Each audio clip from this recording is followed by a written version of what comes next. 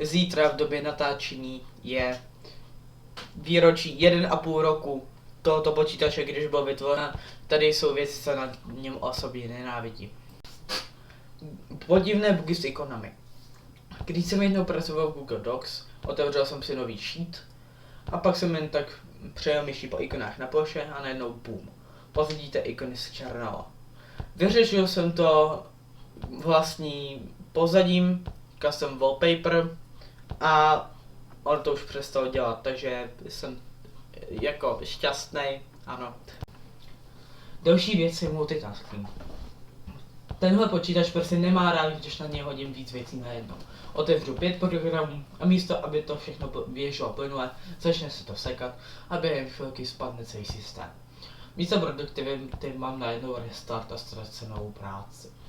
Někdy se cítím, jako kdybych používal starý notebook z roku 2008, ne něco, co má být docela schopná herní mašina.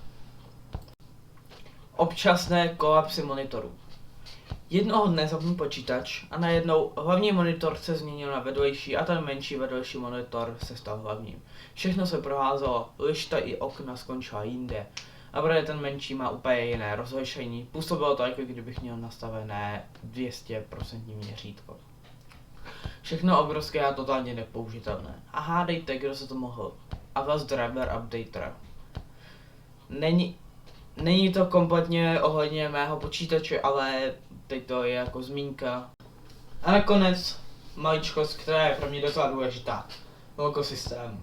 Já jsem vyrůstal na Windows 7 a ty měl ikonický logo, která se ti zahrala do paměti. Novější verze přišla s tímhle obyčejným nudným logem. 4 modrý čtverce. What? Kdo to udělal? Proč?